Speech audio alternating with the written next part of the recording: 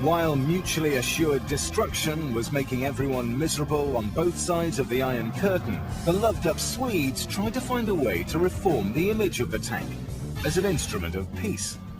The unique S-tank comes in as the sixth greatest ever tank, the pacifist choice.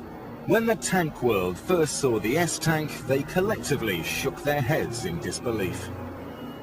I think S-tank astounded everyone. It is so unlike the conventional tank that it was bound to have people's chins dropping for a while they got to terms with. The S-tank is one of the goofier ideas that's come down the pike in the past 50 years. It caused us to rethink what is a tank and what is the essence of a tank. From its turretless snout to its protective fence, twin engines and built-in swimming skirt, the S-tank is quite simply unique. And its audacity surprised even the Swedes. Well, I was shocked when I first saw it because I haven't seen that kind of tank before. I was the first soldier in the Swedish army on the S-tank in '62.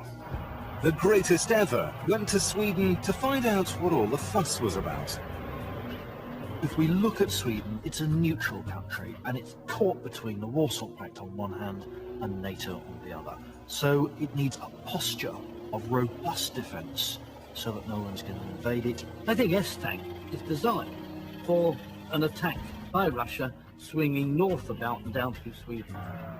To even the most casual observer, the S-tank has one particularly striking feature: no turret.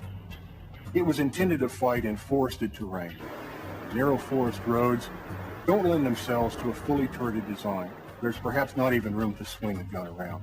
So the first thing the Swedes said was, perhaps I don't even.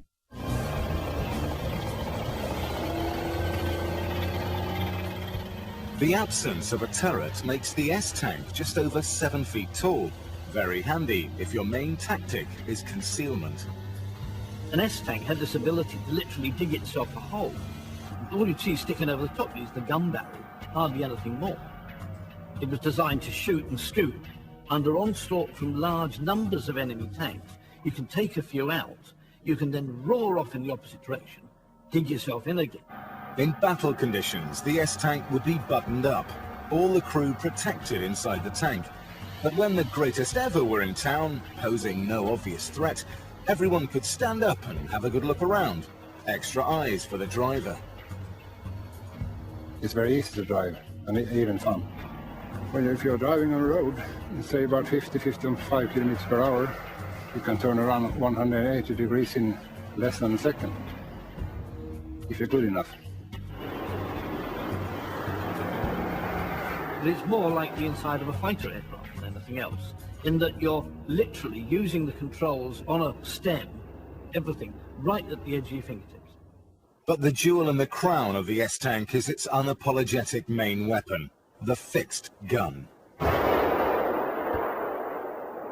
the whole problem with the fixed gun is that you've got to manipulate the whole tank to fire.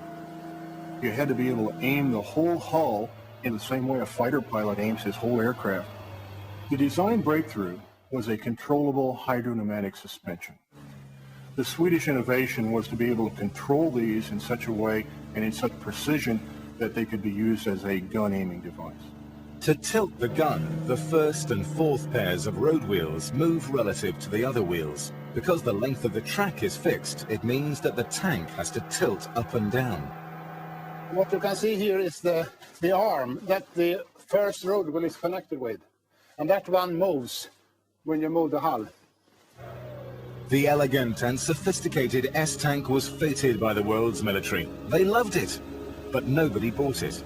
It was intended to fight a Russian army on Swedish terrain using Swedish army tactics.